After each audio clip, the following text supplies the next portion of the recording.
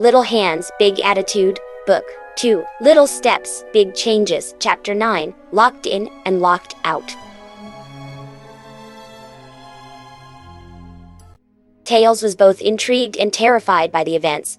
Obsidian had either transported them to another plane of existence or forged an elaborate illusion. Tails had a feeling it was the former. After all, Obsidian was too little to create something this elaborate in his head and then project it into visual form, right? He had to admit, the way Obsidian had looked at Walters before the mist appeared had looked like he knew exactly what he was doing. He'd hoped that they would all stay together, but then the chunk he and Knuckles were on had pulled away into the mist, and he lost sight of his mom and Sonic. He couldn't risk flying out in search of them. Knuckles was rather heavy to haul, even when he wasn't unconscious and dead weight, and if he got himself lost in the mist, he might never find another chunk of solid ground. He did not want to find out how far down the bottom of this place was by wearing out and falling to it. So, he stayed with Knuckles as they floated through the mist, just like his mom had told him, until suddenly the chunk hit something and gave a hard shudder. Tails fell onto the ground, and then watched the stone turn to carpet, and the mist folded back to reveal a corridor of metal walls and massive windows looking out at a night sky. Wait! Tails got up and went to the window, pressing his hands against the glass with wide eyes. It wasn't just the night sky. Stars surrounded him on all sides, even down, and outside of where they were was a planet. Slowly turning, slowly moving. We're in space! This is a space station! Tails had always wanted to go into space, in a ship of course, but that wasn't something he'd ever thought would be possible. He traveled the galaxy by ring, hopping from planet to planet in search of Sonic. But this was quite different. Was Earth the planet below them, or were they orbiting another world much like it? He looked back to Knuckles as the echidna moaned in his drugged sleep, and the fox's ears pricked as he heard footsteps coming down the corridor. They weren't supposed to be here. They needed to find somewhere to hide. Little bits of the mist lingered in corners and seams, but Tails figured that he should be able to use doors in the place. He saw one partially open, and he grabbed Knuckles under the arms and dragged him across the floor. He pushed the door open and pulled his brother inside. Humans in lab coats walked past, a good sign that the planet below was Earth, murmuring things amongst themselves. Their forms seemed partially translucent, and their voices distant. They must not be real either, but one bit of dialogue caught the fox's attention. You really think Robotnik's little experiment is actually going to solve the world's problems? I think he just wanted to make his granddaughter a friend. Tails' ears pricked up in interest. Robotnik had a granddaughter. Robotnik had kids. Where had he gotten kids? Had he kidnapped kids long ago? No. He was getting ahead of himself. This was probably some other guy with the same name. It made no sense for their archenemy to have settled down with anyone. Tails shook off the questions before they could pull any further down that rabbit hole. The humans were gone, but he wasn't sure if dragging Knuckles around the halls of this place was the best option. He settled down beside the echidna, waiting for the echidna to regain his senses. It didn't take too long, but when he awoke, he was already swinging. Hey, whoa! Tails put a hand on Knuckles' shoulder as the echidna's fur sparked red, and he swung at him. Knuckles, it's me! The echidna paused, his eyes searching the dark space before finding the fox duck behind him. Tails! The next moment, Tails was in Knuckles' arms, which was a welcome change from being punched at. No, I'm okay. What about you? I am still a little disoriented, but otherwise all right. He looked around the space. Where are we? Has Walters taken all of us hostage? Obsidian, did he take? Well, slow down. We're fine. Well, sort of. Obsidian did something. I think he sent us to some other plane or perhaps another time. But we were all separated. You and I were on a space station of some sort. And I heard some guy mention Robotnik, but it might not be that Robotnik. What is our plan then? I don't know. We need to figure out where we are and what's going on, but I wanted to wait until you were awake because, well... You did not wish to leave me unconscious in a broom closet. Precisely. The coast is clear. Come on. The two brothers crawled out of the dark room and into the hall once more. Okay, we need to pick a direction. Left. Come, Fox.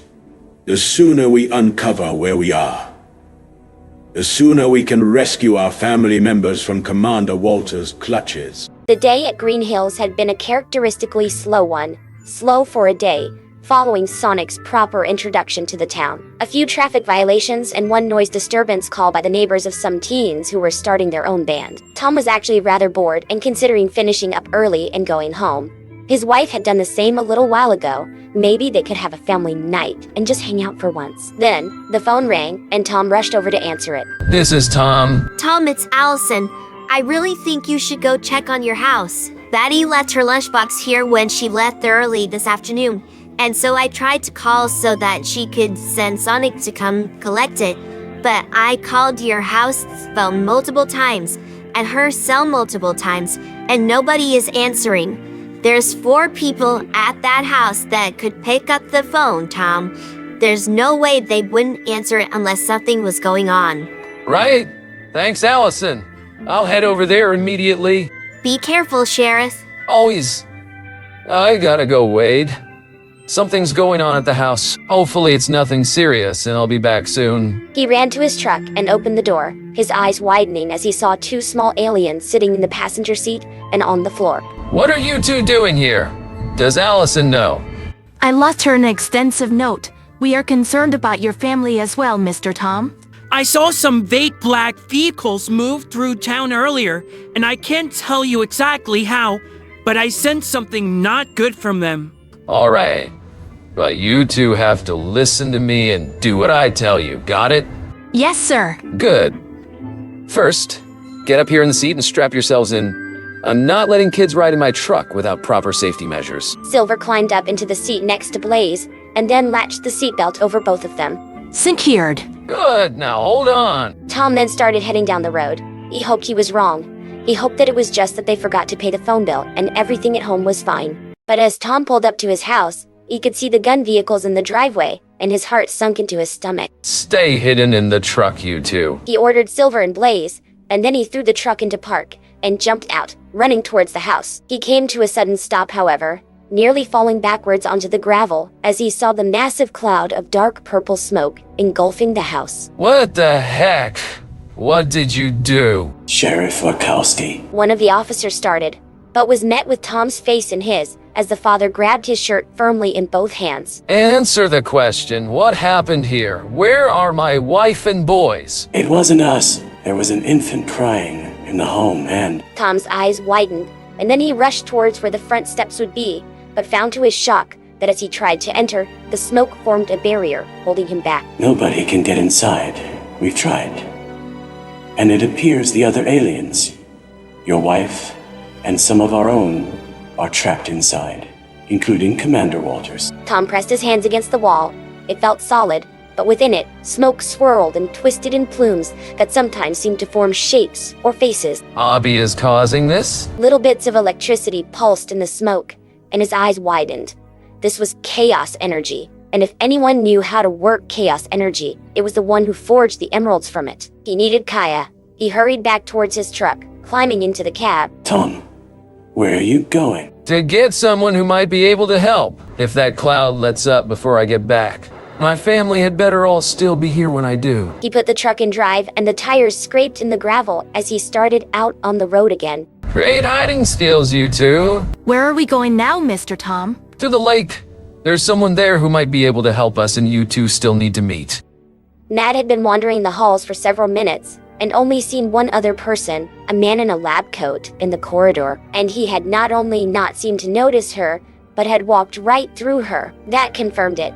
This whole place was an illusion, but of what, and where, and how was Obsidian forming it? She paused in her search when Sonic began to stir, and she bent down against the wall as his eyes started to flutter open. Sonic? Mom? The hedgehog mumbled, staring upward blankly for a moment. Then his eyes widened and he tried to sit up. Mom? Natty set him down on the floor, stroking his quills gently with a hand. Hey, easy. You're okay. You're alright. How's your head? Groggy. Where are we? Not sure, but either we're not really here, or She paused as another man walked by, completely ignoring them. they're not really here. Sonic blinked for a moment. Weird. Where's everyone else? Don't know that either, but we'll find them. We gotta figure out where we are first. She stood up straight again, taking his arm to help him limp forward down the hall. They'd wandered a few more minutes through empty corridors and seemingly endless doors when they heard an alarm going off somewhere in the facility. Intruder alert in Sector D. Intruder alert in Sector D. A robotic voice repeated overhead. You don't think we're in Sector D, do you? I think if we were the intruders, they would have tried to arrest us by now. Let's keep going. They did, looking for any sign of an exit to this place, and then they paused as they heard something from above. Something was moving through the air vents overhead, and then there was a light thud right above them. Ow! Feels like I got skid marks on my butt. What's that? Probably the intruder. The great cover on the vent was pulled back, and then they saw a familiar face peer down into the hall.